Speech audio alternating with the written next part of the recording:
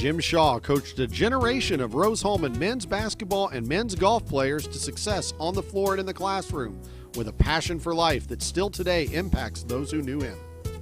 Jim was born in August 1960 in Terre Haute to parents Richard and Helen. He spent his youth in the Terre Haute community and immediately fell in love with sports. He always said weekends were his favorite times as a child, when sporting events would come on one of the 3 local television channels. Jim became a fan of certain teams, especially the NFL Chicago Bears and the MLB 1970s Oakland Athletics. He relayed stories of calling the Tribune-Star every day to have sports writers read him the box score from last night's Oakland game, since it was too late to make the morning paper. He kept meticulous notes that today's sabermetrics enthusiasts would be proud of, beginning a life that always included an attention to detail. Jim graduated from Terre Haute South High School in 1978 and went on to earn a bachelor's degree in journalism and political science from Indiana University in 1982. While at IU, he fell in love with a system of basketball, the Bob Knight man-to-man defense and motion offense method that would serve as a hallmark for his Rose-Hulman teams for many years.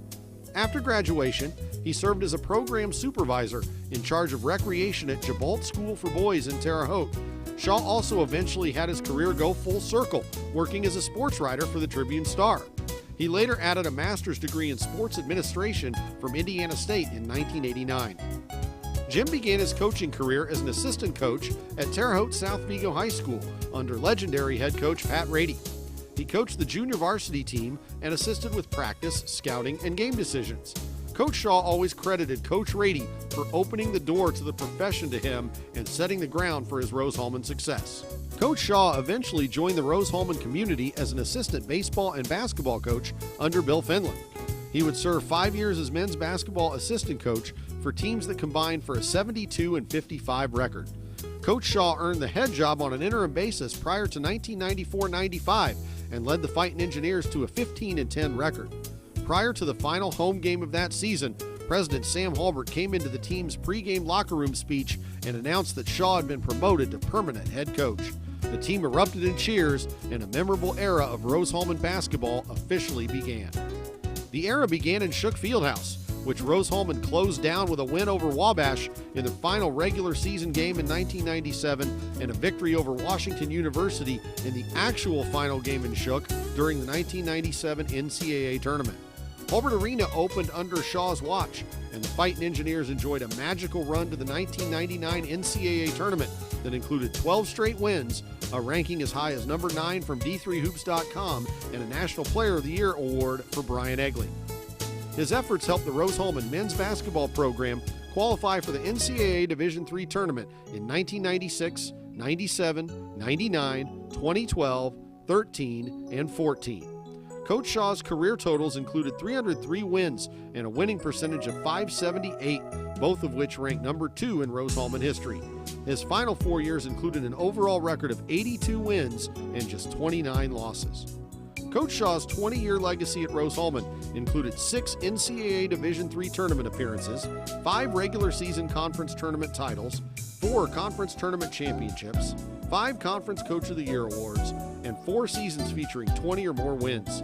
He also served as Rose-Hulman's men's golf coach early in his career and won a pair of League Coach of the Year honors on the links. On the golf course, he was coach for a strong era of Rose-Hulman golf, led by Athletic Hall of Fame inductee Joe Miller. Coach Shaw's Rose-Hulman legacy is about much more than numbers, however. His outgoing personality, never-ending energy and enthusiasm, and support of every Rose-Hulman athletic team earn the respect and admiration of the coaching staff, student athletes, campus faculty and staff, and alumni. Coach Shaw never married, but especially after his parents passed away, he often said his family was the Rose-Hulman men's basketball program. The family enjoyed tremendous success and, most important, created hundreds of impactful graduates in today's world. We all have Jim Shaw stories. He deeply impacted those of us who knew him before he left the world too soon in 2015.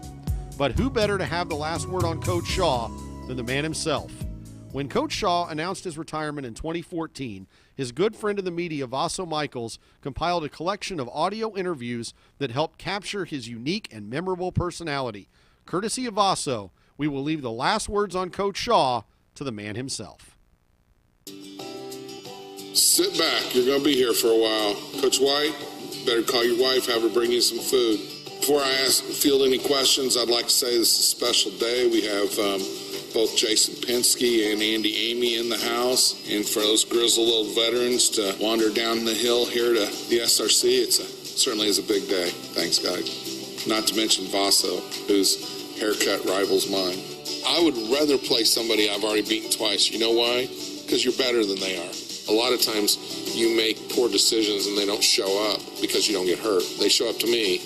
I'm on top of all bad decisions. I'm like, so less painful. Sorry. That's all right. I won't quote you. Yeah, that's fine. Even if I could. That's the kind of thing you would quote me on. I've heard your shows before. When Brian Egley was here, and Brian was scoring, it was unanimous player of the year in the league, and an All-American, all that stuff, he didn't score every possession in practice. He only scored when he wanted to.